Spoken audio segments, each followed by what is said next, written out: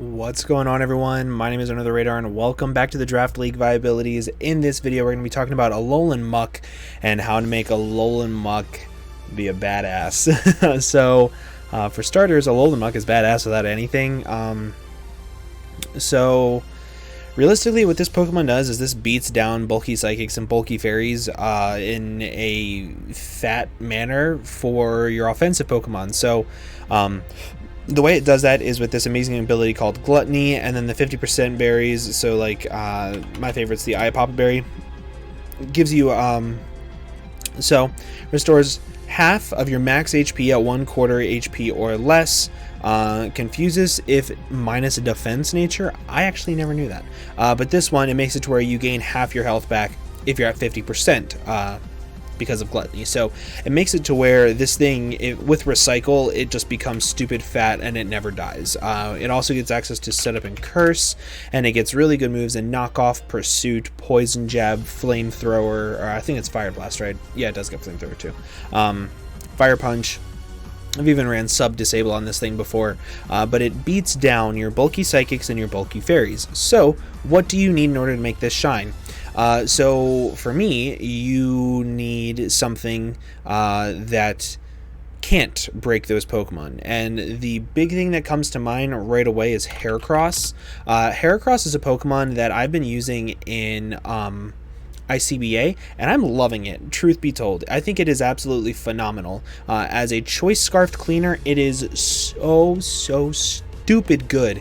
It hits so hard, and with access to Guts, it means that it can't really be Will-O-Wisped or things like that, and with Moxie, it can actually be a really good Choice Scarf Revenge Killer. But looking through its move pool, it cannot break through bulky fairies, and it also cannot break through bulky ghosts, aside from Knockoff, which I guess it can, but it's still a little difficult to. So things like, well, as you saw in one of my ICBA matches, Mimikyu, I couldn't really break through it with my Heracross.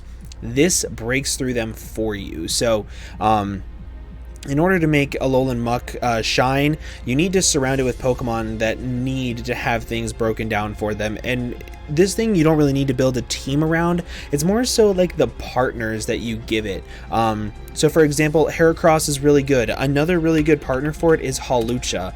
If you have a terrain setter, so like a Tapu Bulu, a Tapu Fini, or a Tapu Koko, Hawlucha is absolutely amazing because what it does is this thing also cannot break through bulky psychics, bulky fairies, and having them just taken out of the game by Alolan Muk is massive for Hawlucha to win.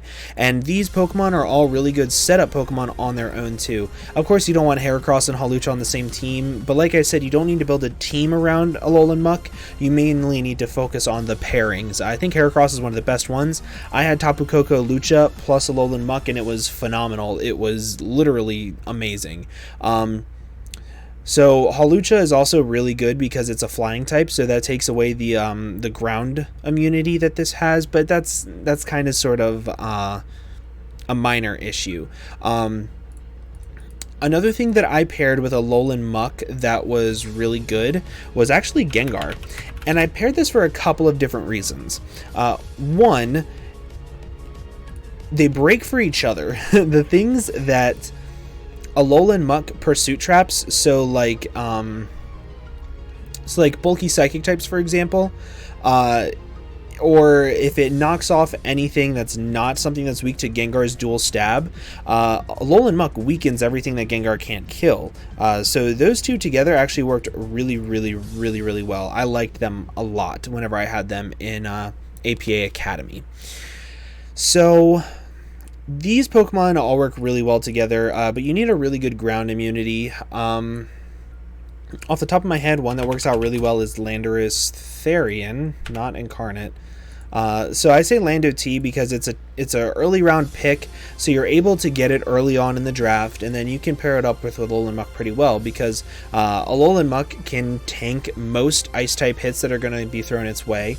So Landorus doesn't have to take those, and Landorus can be immune to the earthquake hits that this is being thrown at it. And I also have Heracross plus Landorus in ICBA right now, and they break for each other very, very, very, very easily. So I think that these three work really well together on a team. You do need some bulk with Alolan Muk, because while it's great at being bulky, it's not great at being a wall. There are two very different things. There's being a wall, which means that you don't die to certain things, and there's being bulky, which means you can typically beat them 1v1. There's a big difference in the two. So you need walls whenever you're looking at Alolan Muk, because this is a bulky offensive Pokemon. Also, its shiny is so stupid. It's so stupid. It's literally a purple Muk from Kanto. I don't like it. So a good wall that goes with this is Cress. And I say this because this can actually, it forces in dark types that Cress doesn't really want to handle. And Cress has Levitate, which means that it can switch in on the earthquakes that Alolan Muk doesn't want to switch into. And on top of that, it can also take flying hits from Cresselia, it can take ice hits for Lando, and they work out really well together. This is just an overall wall. This thing doesn't like to die, and that's what makes it really, really good for this type of matchup, in my opinion. Matchup, team makeup is what I meant to say. So, with Cresselia and Alolan Muk, you need another wall, in my opinion, that's fat enough to where Alolan Muk doesn't feel the need to be a wall, but to be a good bulky pivot. There's a couple that come to mind that help Cresselia. You don't want a bulky Ghost, you want a bulky Fairy, and one that I think works out really, really well is actually Sylveon. And I say Sylveon because it gives you Wish Pass, it gives you a Fairy type, but most importantly, it gives you something that has a really strong, not setup fodder. Because if you look right now, this can be setup fodder in some scenarios with only base 105 attack. This is setup fodder. This is a setup fodder wall, while this is not. This is typically a more Spadef wall, while this can be a more physical wall, and this can be a little bit more physically defensive wall. So the physically defensive aspects, well, the defensive aspects of Alolan Muk aren't forced on it, and you have three pretty good, like a wall, two bulky-ish pivots. And Sylveon with choice specs is just phenomenal too. So, Heracross is also, it's going to have a lot of pressure to be the breaker for most things, which is okay, but that means that you need a cleaner to go with it. And what Heracross is really good at breaking down, it's really good at breaking down bulky Psychics, it's really good at breaking down bulky Darks, bulky Waters, things like that. It has very limited switch-ins. Since most switch-ins are going to be either a bulky Ghost expecting a close combat, or a bulky Water expecting you to be able to just tank a hit in general, or a bulky Fairy, I would suggest a cleaner that can take advantage of bulky Fairies. That's really hard to find because a lot of things that take advantage of them aren't fast.